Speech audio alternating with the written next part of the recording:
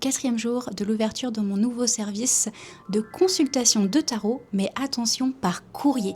Donc le concept, c'est que mes abonnés reçoivent chaque mois leur consultation personnelle écrite à la main pour les aider à avoir le meilleur mois possible avec des conseils, etc. J'ai lancé le service il y a 4 jours et j'ai déjà 4 abonnés. Donc je vais t'expliquer aujourd'hui comment j'ai lancé ce service. Donc déjà cette idée elle m'est venue en fait grâce à TikTok où ils parlent beaucoup du snail mail qui est un concept où des abonnés reçoivent directement des courriers.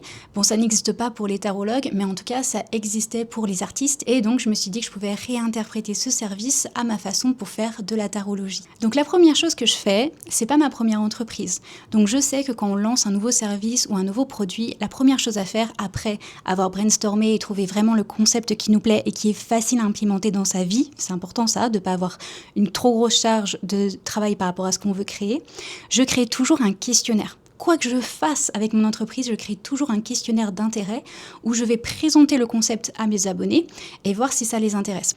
Donc si j'ai 0 réponse, ça veut dire que mon offre n'est pas intéressante, soit il y a un problème avec le concept, soit il y a un problème avec le prix. Donc c'est ce que j'ai fait, j'ai lancé un questionnaire, mais attention, j'ai fait un twist à ce questionnaire, puisque j'ai conscience qu'avec les Français, quand on fait un questionnaire d'intérêt, même s'il y a le prix en face, les gens s'inscrivent, ça leur coûte rien, c'est gratuit de s'inscrire sur la liste d'attente. Mais derrière, quand on lance le produit et qu'il faut payer, il n'y a plus personne. Et ça m'est déjà arrivé et c'est vraiment difficile de se dire j'ai 50 personnes qui se sont inscrites, quand je lance le produit, personne paye. Et ils ont tous une très bonne excuse, évidemment. Donc cette fois-ci, fort de cette expérience, j'ai décidé d'ouvrir une liste d'attente payante.